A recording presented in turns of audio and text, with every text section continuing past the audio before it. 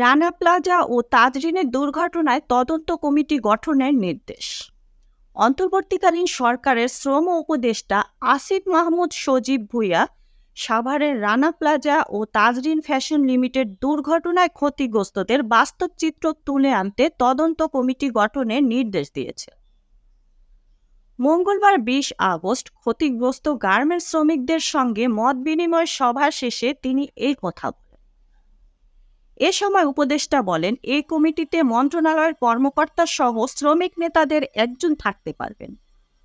তিনি আরও বলেন, সেই সময় প্রধানমন্ত্রীর ত্রাণ তহবিলে অনেক টাকা জমা হয়েছিল, কিন্তু মাত্র ২১ কোটি টাকা ব্যয় করা হয়েছিল। সেই তহবিল লুটপাট হয়েছে কিনা তা খতিয়ে দেখে দ্রুত ব্যবস্থা নেওয়া হবে। আসিফ মাহমুদ সজীব ভুঁইয়া বলেন, নতুন বৈষম্যহীন যে বাংলাদেশ হচ্ছে সেখানে শ্রমিকরা আর অবহেলিত থাকবে না। এই ছিল এখনকার প্রতিবেদন। নিত্য নতুন সংবাদ পেতে চ্যানেলটি সাবস্ক্রাইব করুন এবং আমাদের ফেসবুক পেজ ফলো দিয়ে রাখুন। Mukta Parvez, desk report, BE news, Dhaka.